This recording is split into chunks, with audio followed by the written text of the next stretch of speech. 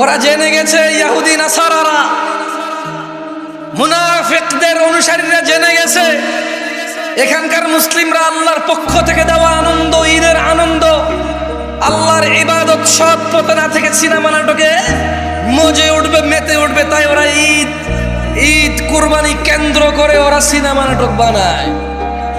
ওরা জানে সবার ছুটি, চাকরি নেই, বাকরি নেই, বেতন আছে।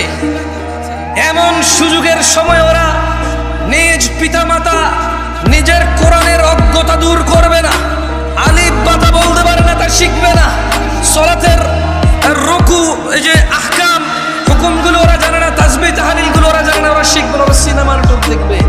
মুনাফিকদের অনুসারীরা জেনে গেছে যে আমরা নামে মুসলমান, সময় পেলেই সিনেমা দেখব, সময় পেলেই নাটক দেখব। এই জন্য ওরা জানে কখন আমাদের বন্ধ শেষ হয়েছে।